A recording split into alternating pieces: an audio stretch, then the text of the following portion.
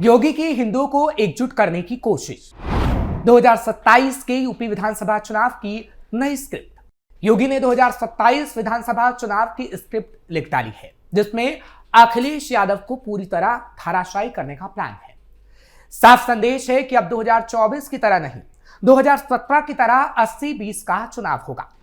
मतलब 80% हिंदू एक तरफ और 20% अल्पसंख्यक दूसरी ओर। क्योंकि पिछले लोकसभा में जातिगत आधार पर बटे, अब उन्हीं परिणामों से सीखकर बीजेपी फिर हिंदुओं को एकजुट करने की दिशा में है। लेकिन इससे अखिलेश की घबराहट बढ़ गई है और अखिलेश अब गैर मुस्लिमों के लिए एक ऐसी रणनीति बना रहे हैं जिससे उनको सत्ता की कुर्सी हासिल हो सके, जिसका आज हम पर्दाफाश करेंगे। नमस्कार, कैपिटल टीवी का खास शो पर्दाफाश देख रहे हैं आप। मैं हूं आपके साथ हर्ष भारद्वाज। अयोध्या में सिर्फ राम मंदिर के शिखर पर धर्म ध्वजा ही नहीं स्थापित की गई।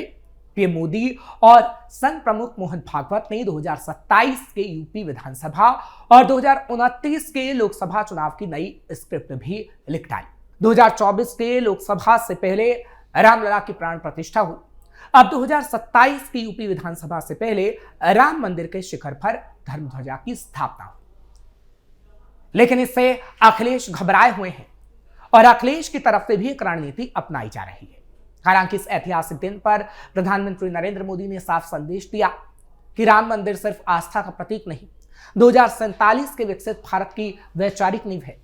उन्होंने गुलामी की मानसिकता के अंत, सांस्कृतिक डीकोलोनाइजेशन और हिंदू एकता की ऐसी लकीर खींचने का प्रयास किया जिसकी काट खोजना कांग्रेस से लेकर समाजवादी पार्टी से लेकर पूरे विपक्ष के लिए मुश्किल होगा।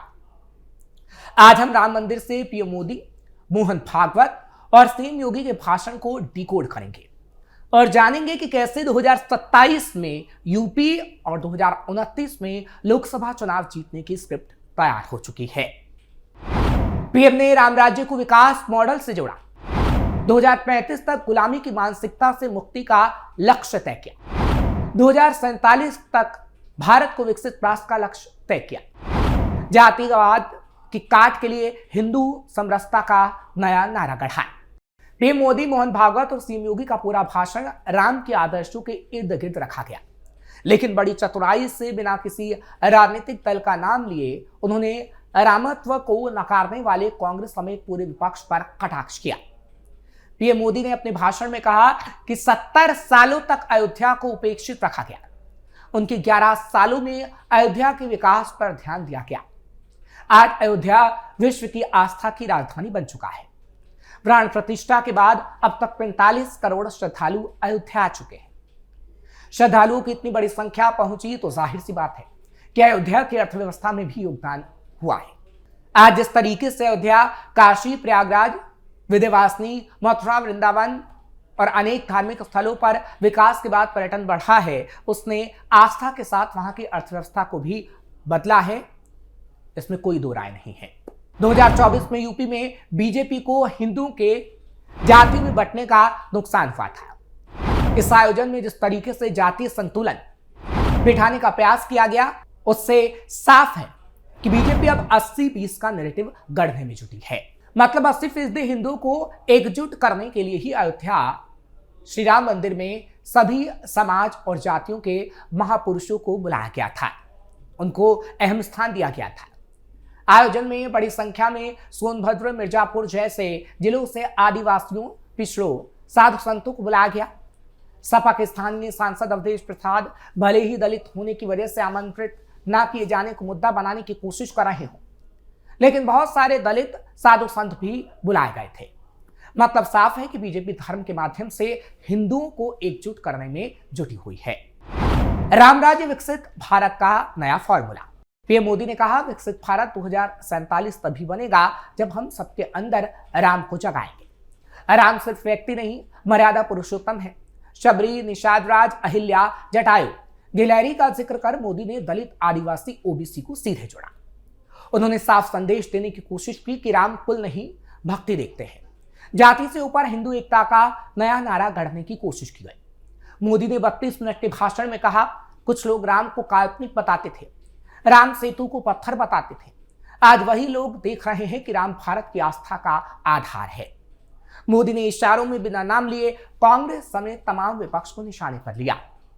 उन्होंने कहा, मैकाले ने 1835 में गुलामी की मानसिकता के बीज बोए थे। 2035 में इसके 200 साल पूरे हो रहे हैं। हमारा लक्ष्य होगा कि अगले 10 सालों में हम मानसिक गुलामी से पूरी तरह मुक्त हो जाएं। यानी अगले 10 साल में सांस्कृतिक डीकोलोनाइजेशन का पूरा खाका खींच दिया गया। हालांकि मोदी ने मन से नेवी के झंडे का प्रतीक बदलने का उदाहरण भी दिया था, जो विदेशी गुलामी मानसिकता का उदाहरण बना था। 2022 में पीएम नरेंद्र मोदी ने नेवी के झंडे से लाल रंग के सेंट जॉर्ज क्रॉस को हटाकर छत्रपति शिवाजी महाराज के नौसेना के प्रतीक को जगह दी थी। वहीं मोदी ने तमिलनाडु के एक प्राचीन गांव का उदाहरण देकर कहा, लोकतंत्र भारत के लिए नई चीज नहीं है। भारत तो लोकतंत्र की जननी है। कांग्रेस के विदेशी लोकतंत्र वाले नैरेटिव पर सीधा हमला करते हुए उसे विदेशी मानसिकता से जोड़ दिया गया। कहा गया कि तमिलनाडु के एक प्राचीन गांव में एक हजारों साल पुराना शिलालेख है। उसमें लोकतांत्रिक तरीके से कैसे राजा का चुनाव होता था, शासन सत्ता कैसे चलाई जाती थी, पूरा ब्यौरा लिखा गया है। आरएसएस को खुला क्रेडिट, संगठन को नया टास्क। मोहन भागवत ने भगवान राम के मंदिर के लिए 500 सालों के संघर्ष और इस संघर्ष में कार्यसेवकों, खासकर अशोक सिंघल, महंत रामचंद्र दास, परमहंस सहित अन्य साधु संतों की शहादत याद कर सबको भावुक कर दिया। मोदी योगी ने बार बार संघ की कमान का जिक्र किया। संघ के साफ है, 2027 यूपी और 2029 लोकसभा के लिए संघ फिर पूरी ताकत से मैदान में बीजेपी के पक्ष में उतरेगा और नेतृत्व करेगा। सीएम योगी ने अयोध्या को विश्व की आस्था राजधानी बताया। साथ ही अयोध्या के विकास और कायाकल्प का पूरा क्रेडिट पीएम मोदी को दिया। मोदी और भागवत दोनों ने साफ किया कि राम मंदिर किसी की हार का प्रतीक नहीं, भारतीय सभ्यता की पुनर्स्थापना का प्रतीक है। वो राम के जरिए आम जनमानस के मन को छूने की कोशिश कर रहे हैं। 2024 लोकसभा से पहले प्राण प्रतिष्ठा की, अब विधानसभा 2027 से पहले शास्त्रीय रूप से राम मंदिर का निर्माण पूरा हुआ। मोदी ने कहा भी कि श्री राम मंदिर के शिखर पर धर्मध्वजा स्थापित करके हमने 500 सालों के पुराने जख्म को भरने का प्रयास किया। इससे पहले मोदी ने पंचमहल जिले के पावागढ़ में 10 जून 2022 को महाकाली मंदिर में धर्मध्वज फहराया था। इस मंदिर को सुल्तान महमूद बेगड़ा ने तोड़कर दरगाह बनाई थी। जब दरगाह तोड़कर भारत की प्राचीन विरासत को पुनर्स्थापित अब किया जा चुका है, जो भी हिंदुओं को एक बड़ा संदेश था कि कैसे हिंदू अब एकजुट हों। 2027 और 2029 के चुनाव के लिए 80-20 की स्क्रिप्ट तैयार। वरिष्ठ पत्रकार सुरेश बहादुर सिंह कहते हैं, जिनसे हमारी बातचीत भी हुई है, कि पीएम ने इस आयोजन के जरिए आने वाले दिनों में चुनावी और राजनीतिक स्क्रिप्ट तैयार कर दी है। मोदी भागवत ने साफ कह दिया है कि इसी धर्मध्वजा के नीचे हिंदुओं को एकजुट होकर हजारों सालों तक रहना होगा। बीजेपी की पूरी राजनीति ही हिंदुत्व को लेकर आगे बढ़ रही थी। अब राम राज्य को विकास के मॉडल से जोड़कर इसे विस्तार देने की कोशिश हो रही है। अयोध्या विश्व मानचित्र पर एक धार्मिक पर्यटक स्थल बन चुका है। पहले कहा जाता था कि अयोध्या शाम को मनहूस लगती थी, पर्यटन कम जाते थे। अब अयोध्या में जगमग है। इसे भले ही धार्मिक एजेंडे से जोड़ा जाए, लेकिन बड़ी संख्या में पर्यटकों के आने से आर्थिक तस्वीर साथ में बदली ही है। आज अयोध्या का विश्व पटल पर नाम हो रहा है। अयोध्या को एक नई पहचान मिल रही है। इस आयोजन के बहाने एक तरह से यूपी विधानसभा 2027 का बिल्कुल बच चुका है। धर्म ध्वजारोहण के बहाने जिस तरीके से हिंदू समाज की समरसता का समागम अयोध्या में हुआ, वो साफ संदेश है कि अब 2024 की तरह नहीं, 2017 की तरह 80-20 का चुनाव होगा। मतलब 80% हिंदू एक तरफ और 20% अल्पसंख्यक दूसरी ओर, क्योंकि पिछली लोकसभा में जातिगत आधार पर बटे थे। उन्हीं परिणामों से सीखकर बीजेपी अब फिर हिंदुओं को एकजुट करने की दिशा में बड़ा प्रयास कर रही है। अखिलेश यादव ने भी बनाई नई रणनीति। अब अखिलेश यादव की भी बात कर लेते हैं, क्योंकि जब से ये तस्वीर सामने आई है, अवधेश प्रसाद और अखिलेश यादव घबराए हुए हैं। इसलिए अखिलेश गैर मुस्लिमों को लेकर नई रणनीति बनाने में जुटे हैं, क्योंकि मुस्लिम तो उन्हें एकमुश्त होकर वोट करता ही है। लेकिन अब जब तमाम अलग अलग जाति के लोग इकट्ठा होकर योगी को वोट दे रहे हैं, तो जाहिर है कि अखिलेश को नई रणनीति बनानी ही होगी, क्योंकि अब अखिलेश का पीडीएफ फॉर्मूला भी फीका पड़ रहा है। इसलिए अब अखिलेश के नेता घर घर जाकर बीजेपी की नाकामियों को बताने का काम करेंगे और बताएंगे कि जाति धर्म के नाम पर लोगों को बांटने का काम योगी कर रहे हैं। लेकिन कहीं उनकी रणनीति उल्टी ना पड़ जाए, क्योंकि जिस तरह जातियों में बटे लोगों को योगी ने एक करने का काम किया है और हिंदुत्व के एजेंडे पर काम किया, वो अखिलेश की इस रणनीति पर पानी फिर सकता है।